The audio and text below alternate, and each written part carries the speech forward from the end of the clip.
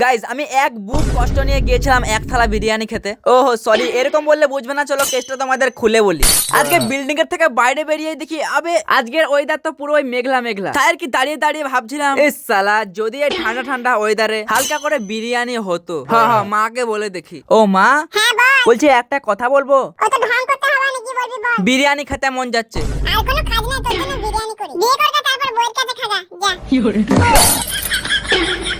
আর guys মায়ের কথা মতো আমি রেগে ঘর থেকে বেরিয়ে পড়লাম। চলো এবার একটা মেয়ে দেখে বিয়ে করে নেবো, না আমাকে আর কে বিয়ে করবে। তাই ভাবছিলাম এক বুক কষ্ট নিয়ে এক থালা বিরিয়ানি খাবো। আবে দোকান বন্ধ, ছি কষ্টটা শেষ নাই। কি আর করবো, আবার একটা টিকিট কেটে ট্রেনে উঠে গেলাম। তারপর মন খুলে দিল খুলে কত কিছু দেখতে দেখতে চলে গেলাম দুর্গাপুর। আর এখানেও প্রায় 2-3 দিন ঘোরাঘুরি করার পর একটা ঢুকেই গেলাম বিরিয়ানির দোকানে। আর এখান থেকে অর্ডার করে দিলাম চিকেন বিরিয়ানি আর চিকেন চাপ। হ্যাঁ, এগুলো খেয়ে কষ্টটা কমাতে হবে। এই জায়গায় এটা হচ্ছে বিরিয়ানি। ও সরি, তোমরা তো দেখতে পাচ্ছ। আর গাইস ভাবছিলাম যে সব কষ্ট ভুলে গিয়ে চিকেন চাপটা মুখে নিয়ে একটু আনন্দ করে খাই। আর তখনই সাইড থেকে আমার বন্ধু বলল এখানে খেলে নাকি আবার টাকাও দিতে হবে।